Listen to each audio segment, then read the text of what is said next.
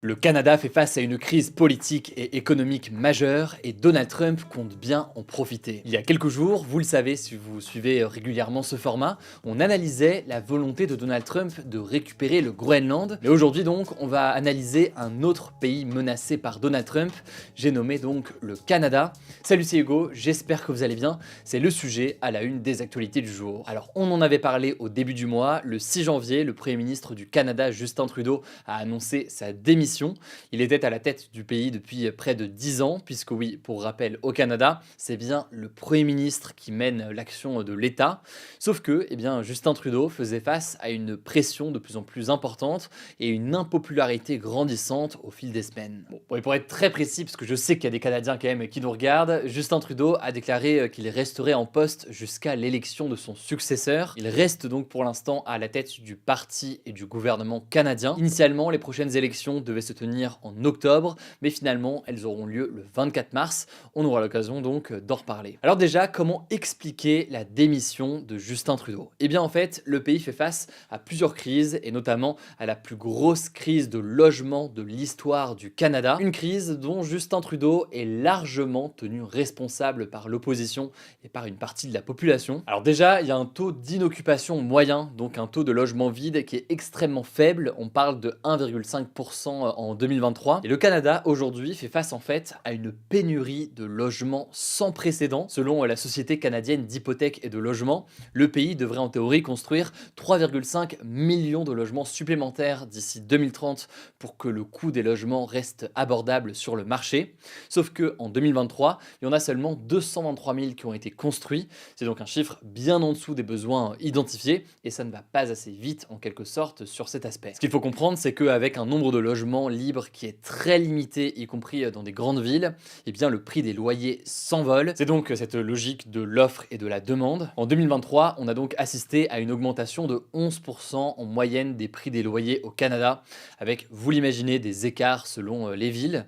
Et les causes de cette crise immobilière, elles sont multiples. Déjà, des coûts des matériaux de construction qui ont explosé depuis la crise du Covid, une pénurie aussi dans certains cas de main-d'œuvre qualifiée dans ce secteur. On peut aussi citer la concentration de la population sur quelques grandes villes clés. On peut aussi citer évidemment une véritable spéculation sur l'immobilier qui n'a pas été régulée et qui a mené donc à une véritable flambée des prix. Enfin, dernière raison qui est mise en avant par certains dans l'opposition pour expliquer cette crise du logement, c'est la politique d'immigration de Justin Trudeau ces dernières années. Pour vous donner une idée, entre 1993 et 2012, le Canada recevait environ 250 000 personnes par an, en incluant notamment les étudiants. Et en 2023, il en a reçu 434 000, auxquels s'ajoutent 2,5 millions de travailleurs temporaires. Et donc pour certains, ça contribue en fait à déstabiliser le marché de l'immobilier avec des personnes qui vont arriver pour travailler par exemple au Canada, qui vont s'acheter assez rapidement par exemple une maison.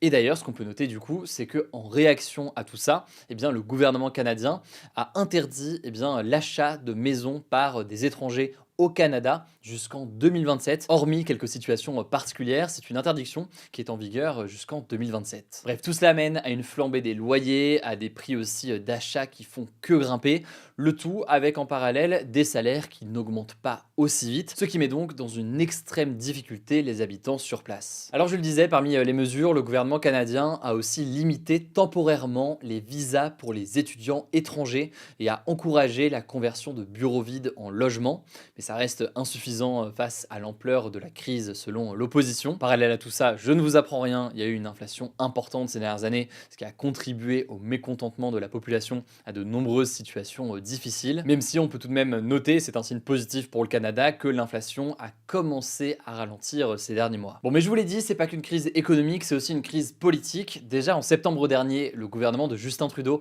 avait été affaibli après avoir été lâché par son allié de gauche, le chef du nouveau parti démocratique, qui a donc mis fin à son alliance avec le Parti libéral du Canada, donc le parti de Justin Trudeau. Cette alliance, elle était essentielle pour le Premier ministre, dont le gouvernement est minoritaire à la Chambre des communes depuis les élections de 2021. Suite à ça, la situation, elle s'était aggravée. Il y avait eu la démission en décembre de sa vice-première ministre, Chrystia Freeland. Elle a quitté son poste, déclarant être en désaccord sur la gestion d'une potentielle guerre commerciale avec les États-Unis. Spoiler, on revient là-dessus du coup juste après. Et d'ailleurs, depuis l'été dernier, il y a 9 ministres qui ont quitté le gouvernement ou ont annoncé ne pas vouloir se présenter aux prochaines élections fédérales. Enfin donc, Justin Trudeau a beau avoir échappé à plusieurs motions de censure, finalement donc, il a annoncé qu'il démissionnerait il y a quelques jours. Alors, quel est le rapport entre les États-Unis et le Canada? Eh bien, on a déjà eu l'occasion d'en parler sur cette chaîne. Ces dernières semaines, Donald Trump a régulièrement affiché son souhait d'imposer des droits de douane de 25% sur les produits canadiens dès son arrivée à la Maison-Blanche. Il est arrivé à la Maison-Blanche ce lundi et c'était exactement ce qu'il a fait. Ça devrait être mis en place d'ici une dizaine de jours. Alors on parle bien ici donc des biens canadiens, des produits canadiens qui seraient importés aux États-Unis et qui seraient donc soumis à ces droits de douane importants. Par ailleurs, Donald Trump a plusieurs fois sous-entendu que le Canada avait plutôt intérêt à devenir un État des États-Unis. Selon lui, cela permettrait au Canada de se libérer justement des droits de douane qu'on évoque ici et de bénéficier de la protection militaire des États-Unis. Il faut savoir que le retour de Donald Trump à la tête des États-Unis pourrait engendrer une crise économique majeure pour le Canada. En effet, pour le contexte, près de 80% des exportations du Canada, donc ce que le Canada exporte, termine aux États-Unis. C'est donc le marché le plus important pour le Canada. Alors pour faire face à cette hausse des droits de douane qui devrait arriver dans les prochains jours, le gouvernement canadien pourrait notamment taxer à son tour certains produits américains. Par ailleurs, le Premier ministre de l'Ontario, qui est d'une province canadienne, a menacé de couper les exportations d'électricité de l'Ontario vers les États-Unis. Des menaces qui ont aussi été évoquées par d'autres élus. Et vous l'aurez compris, étant donné que la crise est du côté du Canada,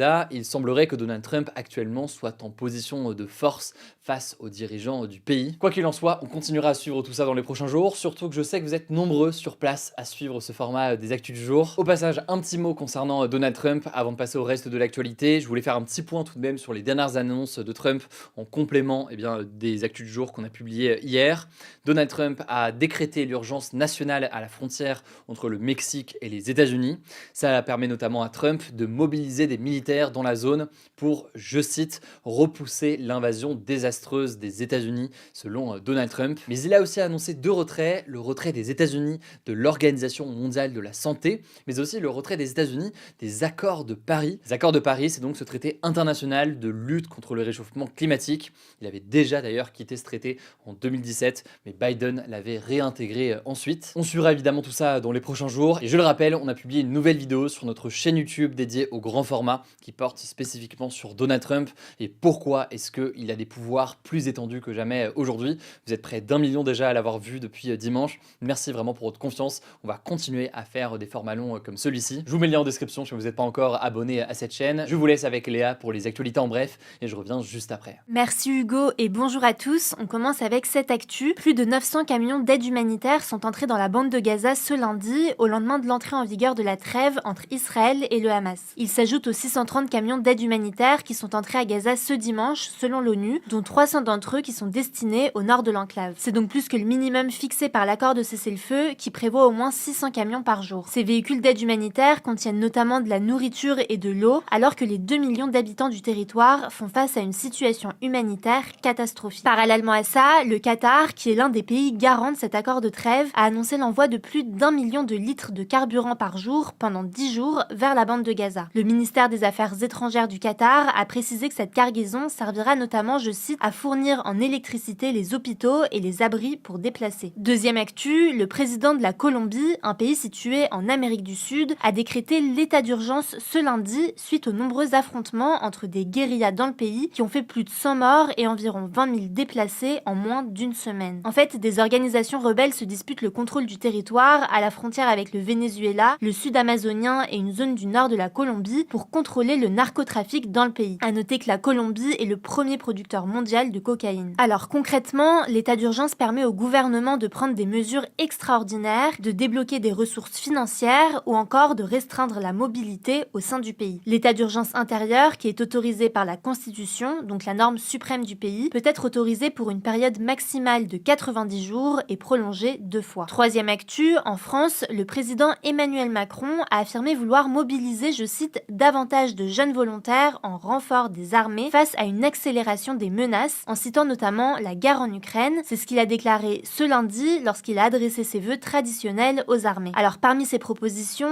il a notamment indiqué vouloir rénover la journée de défense et de citoyenneté, qui est une journée obligatoire pour les Français de 16 à 25 ans, durant laquelle ils sont informés sur la défense nationale et leurs devoirs de citoyens. Emmanuel Macron a dit souhaiter que cette journée devienne, je cite, un moment de temps retrouvé avec les armées, sans donner plus de précision. Il a donc demandé au gouvernement et à l'état-major des armées des propositions d'ici mai pour permettre aux jeunes d'apprendre avec les armées et d'en renforcer les rangs sans rétablir le service national obligatoire pour autant. En tout cas, la France vise 210 000 militaires en service permanent et 80 000 réservistes à l'horizon 2030. Quatrième actu, toujours en France, les infirmières en pratique avancée vont pouvoir directement recevoir des patients et prescrire des soins sans l'intervention d'un médecin sous certaines conditions, selon un décret paru au Journal officiel ce mardi. Alors les infirmières en pratique avancée, ce sont des infirmières qui ont des compétences élargies et qui ont fait 2 ans d'études de plus que les autres infirmières. La liste des médicaments, des examens et des soins qu'elles pourront prescrire directement n'a pas encore été détaillée. En tout cas, ce décret s'applique aux infirmières de pratique avancée qui exercent dans les hôpitaux, les EHPAD,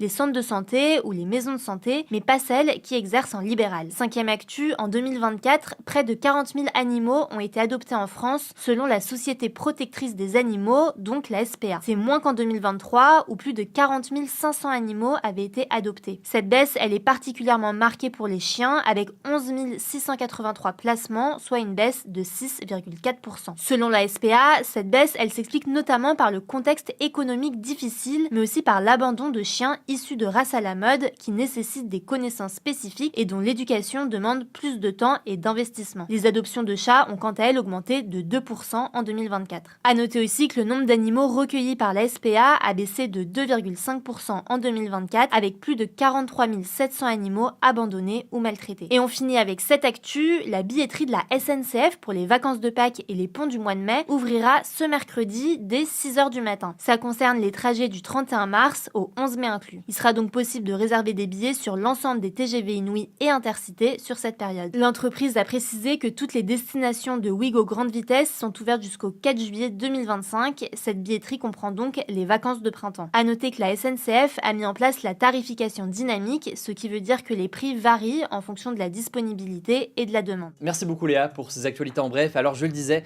pour plus de vidéos, que ce soit des interviews ou des décryptages, rendez-vous sur notre chaîne dédiée au grand format que je vous mets en description. On a aussi lancé un nouveau podcast récemment, c'est en fait nos interviews en version audio. Je vous mets le lien directement en description ou alors vous tapez Hugo Décrypte Interview sur Spotify, Apple Podcast ou autre, vous allez pouvoir le trouver. Prenez soin de vous, prenez soin de vos proches et puis on se dit à demain pour une nouvelle vidéo.